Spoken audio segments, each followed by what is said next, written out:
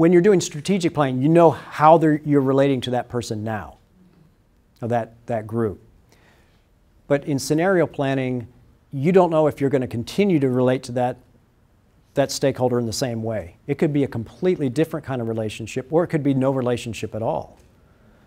And so the way you view that stakeholder could be as, you know, the friend, partner you're always going to have by your side that needs to walk through a change process with you, or the nature of that relationship could be shifting. It could be more distant or whatever. And so it leads you to renegotiate the relationship. In a way that you may not detect in strategy, because the strategy's time horizon's shorter. So for the time horizon of the strategy, that stakeholder would be constant. But the time horizon for scenario planning, that relationship could be dynamic because you're farther out. What I recommend is that you can talk about stakeholder groups, but in your mind, if not in the stakeholder analysis itself, some document, you need to have a specific person in mind, because there's no such thing as a government, as a stakeholder, if you can't pick up the phone and call the person who represents that stakeholder. You can't possibly know what the goals are if you don't know a person, a specific person that represents that stakeholder. You follow what I'm saying? So it's true, yes, it's the government, but there's no such thing as the government. Ultimately, it comes down to a person who's going to tell you you can or can't do something. And do you know who that person is? And do you talk to them on a regular basis, kind of stuff. So know in your mind, as you're doing the analysis, know the specific person you're talking about.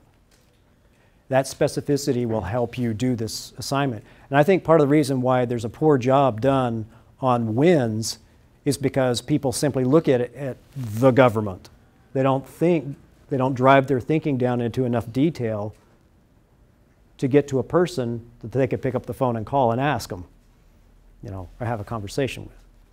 So what is different in this method is by looking at your issue clusters, you're going to identify stakeholders. Stakeholders that may be related to your focus question.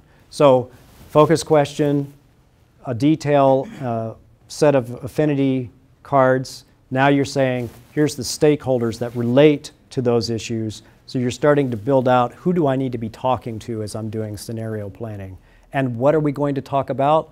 We're going to talk about the issues that are the issue clusters. Okay? So then one way to do this, which this works very nicely, is to take your issue clusters, which are your header cards from your affinity models, and then you take the stakeholders that you've identified, and then you ask yourself about the nature of the impact of that particular stakeholder by cluster.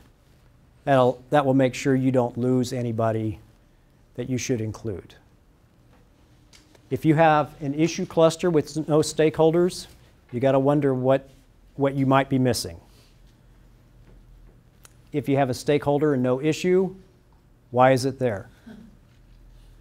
And maybe it's not related to that focus question, but I would really wonder, maybe it could be a clue that you're on the wrong focus question.